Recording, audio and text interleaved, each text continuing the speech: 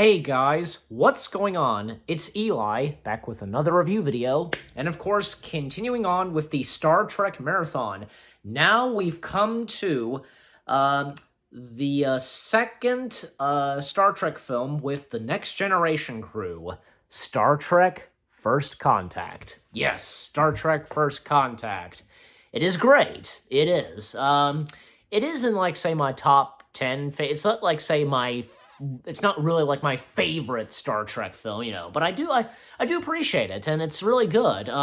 Besides, because for one thing, the Borg are the main antagonists, and it's great for, the Borg being, in a Star Trek movie. It totally works, and it fits.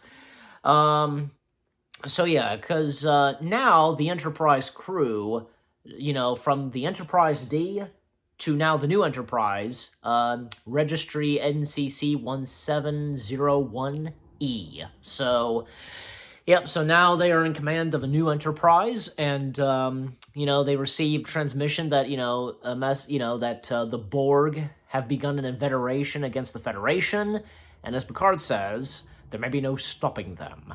And there's only one Borg ship happening, and they are ordered to patrol the neutral zone in case the Romulans take action, and, they all find it ridiculous that, they're not gonna go and, join the fight, because let's face it, it's the Enterprise E we're talking about, and according to Geordi, it's the most advanced starship in the fleet. Yeah, that's no kidding. And it was designed to fight the Borg. Basically, why Starfleet just sometimes, Starfleet being stupid at things, Even Picard and the crew of the Enterprise knows that. And of course, they receive messages and transmissions during the fight of the Borg, and famous lines from the Borg, "We are the Borg, lower your shields and prepare your, we will add your biological and technological distinctiveness to our own. Your culture will adapt to service us. Resistance is futile." Their famous quote, "Resistance is futile." And so Picard, announces that they are going to go and fight, and Data, says, that he says that he speaks for everyone when he says, "To hell with our orders." And yep, Data pretty much said it right there and then, and thus they proceed on.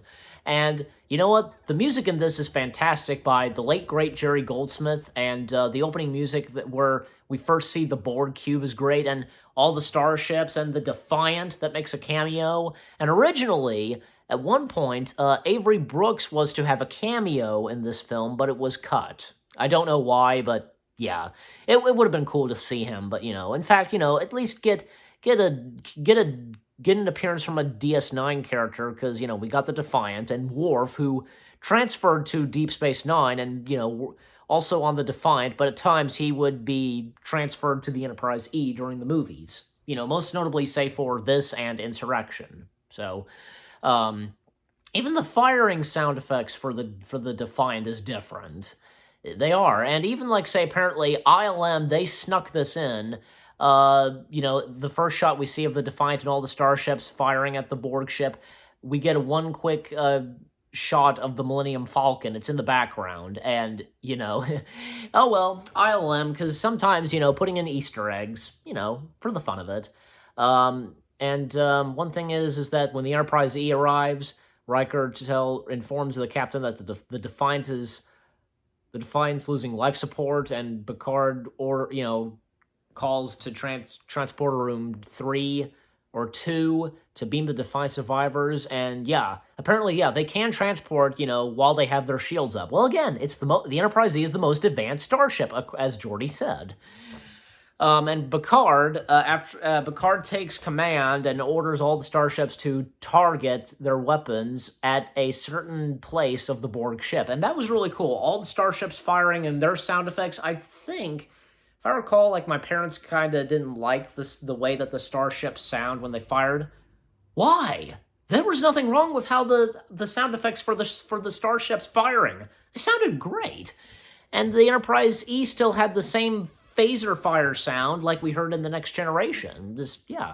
And also, because the Borg ship being blown up, and also, it's really cool when it blows up, like green smoke and a glow to it. And the Borg do escape at one point in an escape pod. The Enterprise E follows it, and Worf transferring to the Enterprise E. And that one joke, and Riker asking Worf, you remember how to fire phasers? And Worf looks at him and just, Riker, it's funny. Just, of course Worf knows. Even though, like, he's on the Enterprise E now, not the Enterprise D,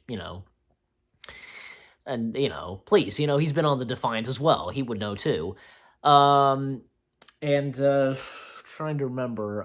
Oh yeah, because they get caught in what the Borg cube was doing. The escape pod where they time travel, and they see at one point that Earth was inhabited by Borg. It's all Borg, but then they travel way back to the 2030s. In April. Before First Contact happened, and yeah, and they of course, like, the Borg at one point does fire down below, and we get the new characters. Zephrem Cochrane, if well, his first name's Zephrem, but it's not showing his last name on here. Played by James Cromwell, and Lily Sloan, if I'm even saying that right, her last name. Played by Alfred Woodrate. So yeah, Alfred Woodrate. Alfred. That's how you say it. I at one point said Alfred, in something else I did. Yeah. Anyways, so that, and of course the Enterprise does destroy the escape pod, and then they transport down, and they disguise themselves, mid 20th century clothing, and they go down and see the damage that was caused by the Borg. And they, of course, see the Phoenix, and Lily mistaking them that they fired on Earth, and so on. And Data just, doesn't, get shot, but is okay, and, greetings, as he says to Lily. And Lily requires medical attention, transported back to the Enterprise with Beverly Crusher, leaving Riker and Data, Riker, and Troy, and Picard still on Earth, and, at one point, Picard and Data touching the Phoenix, and Troy just teasing them, and talking about if the possibility of Zephrem killed during the attack of the Borg. And I like the lines that Picard says, then the future may die with him. So yeah, and if so, and if he is dead, but of course he's not. He is discovered, and then it starts where during in the engineering room, the Borg start showing up, and Picard can sense the presence of the Borg. He and Data go back on board the Enterprise, while Riker, Troy, and Geordi remain on Earth, as well as a couple of other handful of the Enterprise crew. Troy and Riker, they find Zephrem, and that's a hilarious sequence where Troy and Zephrem, they get drunk, and, Riker can tell that Troy's drunk, and the song, I like the song that plays, Scooby Dooby Dooby Dooby Dooby Dooby Wahoo. I like that song, and I just like it because when Zephrem turns it back on, and just I like that. It's funny.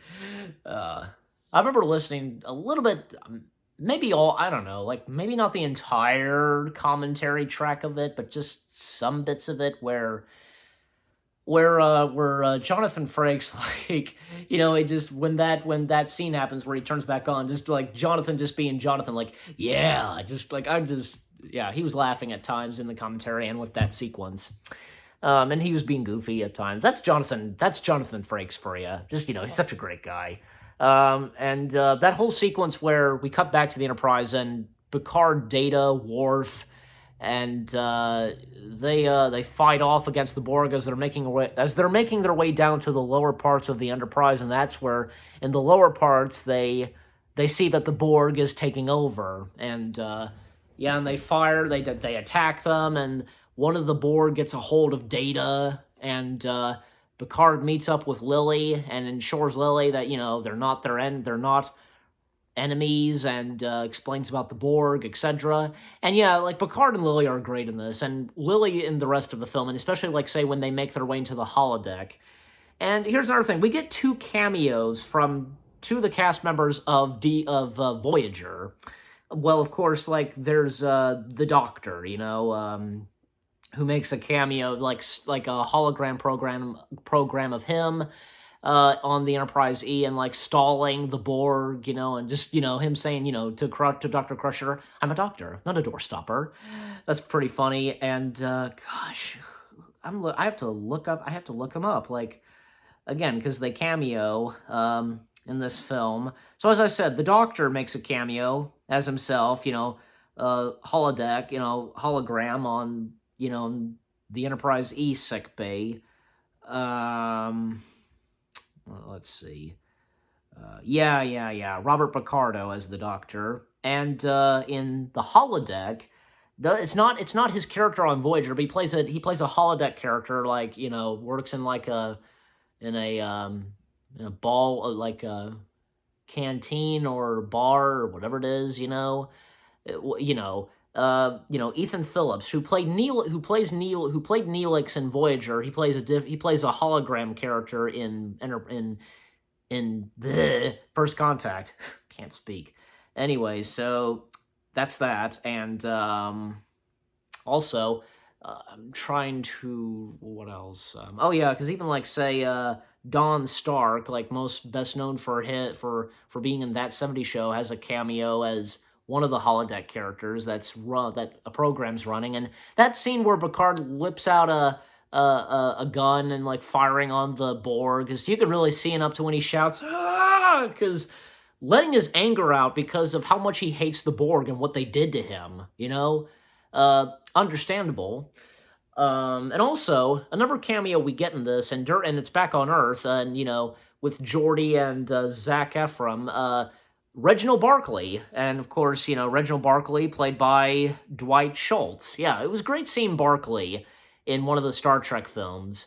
Yeah, it was great. And good for him, because, he was lucky to be on the Earth's surface and not on the Enterprise. But, let's face it, because worked very closely with Geordi, so there you go.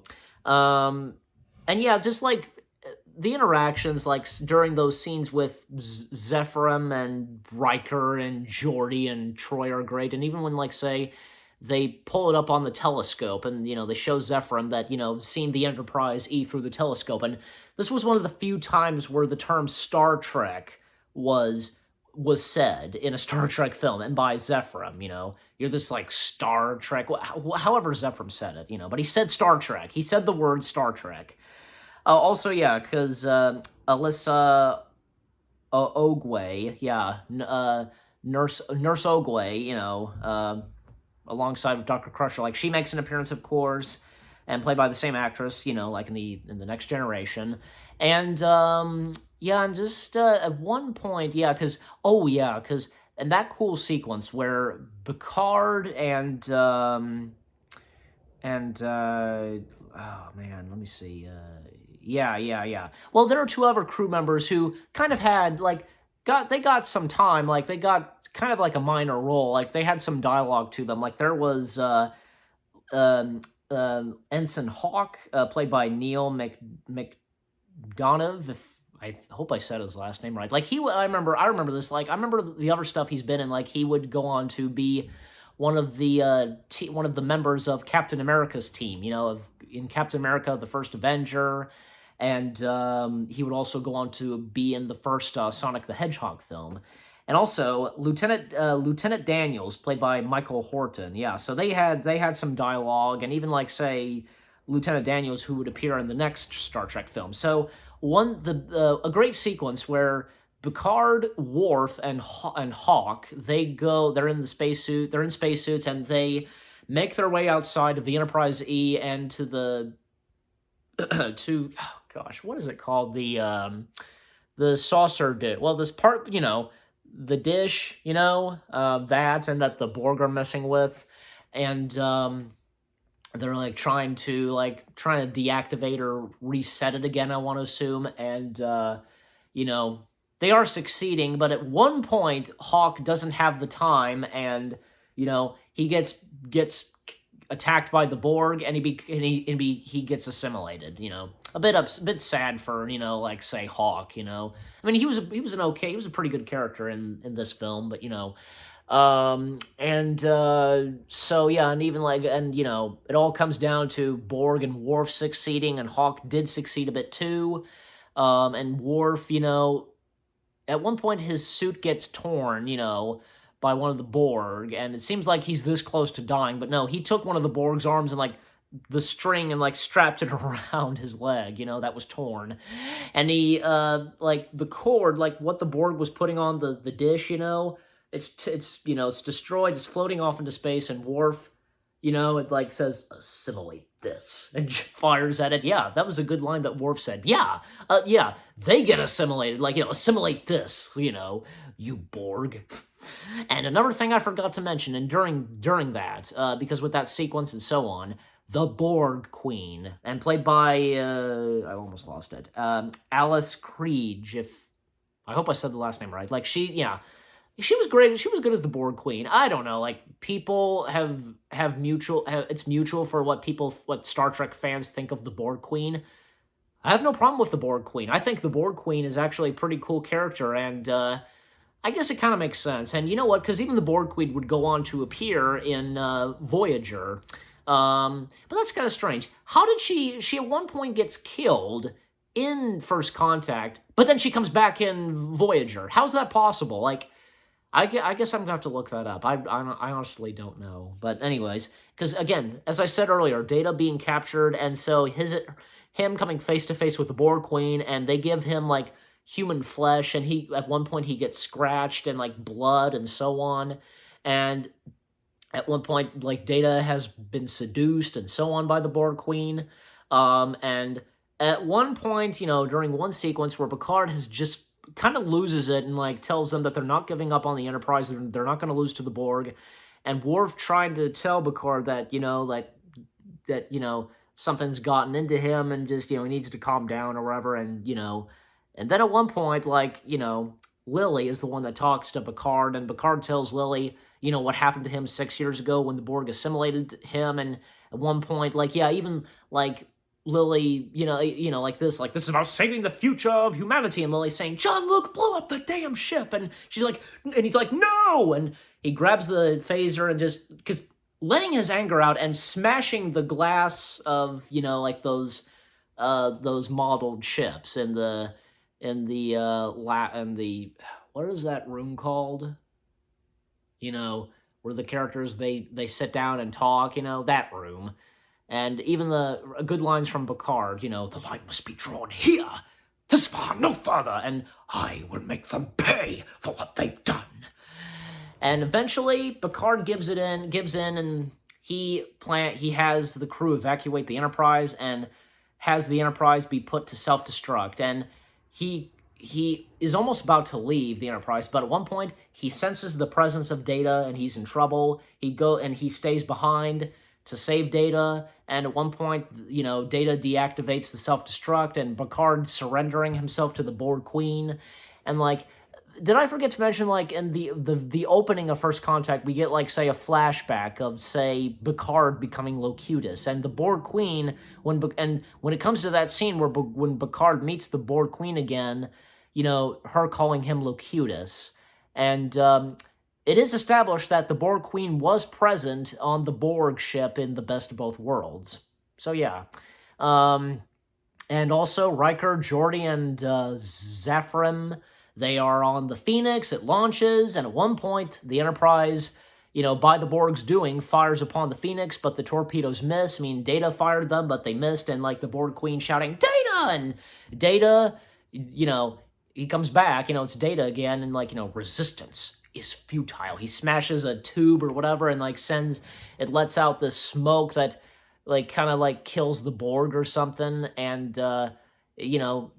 Picard like holding on to a piece of like wire or something, and the Borg Queen trying to grab a hold of him. Data grabs a hold of the Borg Queen, causing her to fall down, and she gets like kind of like decomposes or something, like the skin. And man, ILM's work on that was pretty good, and the Borg Queen being defeated, and at one point the Phoenix goes into light speed, and they make their way back to Earth after the light speed test, and Zephrem saying, is that Earth? And Geordi's like, that's it, and Zephrem, saying, but it looks so small, and Riker saying, it's about to get a whole lot bigger. So yeah, as they get closer to Earth, and basically, one thing that I forgot to mention is that, that with the Phoenix launching into space and so on, it had to happen because of Earth's history and of Starfleet happening and so on, and first contact with the Vulcans, and thus when all the Borg is defeated, and the Borg Queen and Data is back to himself, and one of the last sequences is where the Vulcans they arrive on Earth, God, and first contact is made. Live long and prosper, and Zephrem shakes hands with the Vulcan, and he says to him, "Thanks." Yeah. And of course, Picard is saying his goodbyes to Lily. They transport back to the Enterprise, and they find a way to return back to their right time, and thus, the epilogue and like Lily seeing them like go back in time, and at one point, like it's pretty funny, like Zephrem like turning on music and like telling like the Vulcans to dance. It's pretty funny. Oh, man. But, yeah, like, James Cromwell as Zephrem, he was fantastic. Originally, Tom Hanks was considered for the part of Zephrem, and Tom Hanks is a fan of Star Trek, but he was unable to due to his schedule with another movie. But you never know. It would be awesome to see Tom Hanks in something Star Trek. I don't see why not. Well, anyway, so with all that being said, Star Trek First Contact is a great Star Trek film, and for it being, the Star Trek movie with the next generation crew. And how do I rate this? Well, why not? Because it's so great, it's a good Star Trek movie, and with the next generation crew, 10 out of 10 stars for First Contact. And you guys let me know what you think of First Contact, what you thought of my review, if you've seen this film, and so on. Leave comments, and give this review a like as always, and yeah. And yep, so again, 10 out of 10 stars for Star Trek First Contact, and you know what's coming next. The next Star Trek film with the next generation crew is where things basically kind of go downhill for them. So, but wait until you see my review of it later tonight. So again, 10 out of 10 stars for Star Trek First Contact. I hope you guys enjoyed my review of First Contact. More reviews coming your way. They're going to be awesome. Keep looking forward, and I'll see you guys in the next video/review. Take care, peace out, and make it so.